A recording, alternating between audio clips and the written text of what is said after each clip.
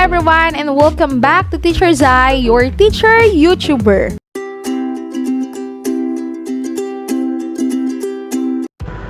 Nandito na tayo ngayon sa ating Google Drive. May button sa left side na New, na kung saan pwede nating i-click para mag-create ng new folder, file upload, folder upload, at marami pang iba. Pwede rin tayong mag-right-click sa window area ni Google Drive at makikita din natin ang mga options na meron sa new button. So, gumawa muna tayo ng mga folder. Right-click, new folder, then name the folder. Sample, ADM. Next ay gumawa naman tayo para sa ating WHLP. Sa loob ng WHLP folder ay gagawa tayo ng pang-grade level. So, pwede tayong gumawa ng folder sa loob ng folder.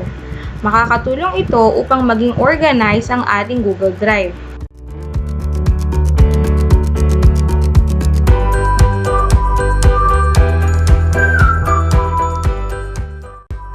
Sa pag-upload ng file, mag-right-click sa Google Drive window at lalabas na ang dialog box na kung saan mamimili ka na ng files na pwede mong i-upload.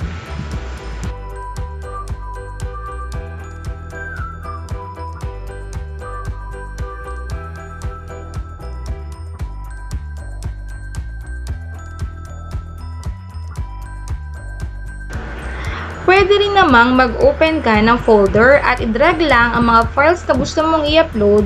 Pwede ang multiple upload pag nasa folder ka.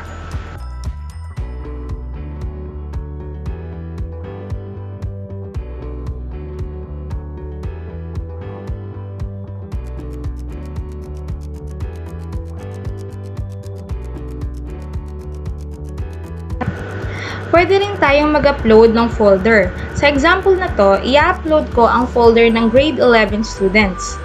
So, ang gagawin ko, simula sa aking folder, ay i-drag ko lang ang folder ko sa Google Drive window. Ngayon naman, let's check our uploaded files. Kung wala ang folder na kinakailangan mo, ay pwede kang mag-create ng panibagong folder para dito. Thank you for watching! And don't forget to hit like, subscribe, and ring the bell button para lagi kang updated sa mga post ko.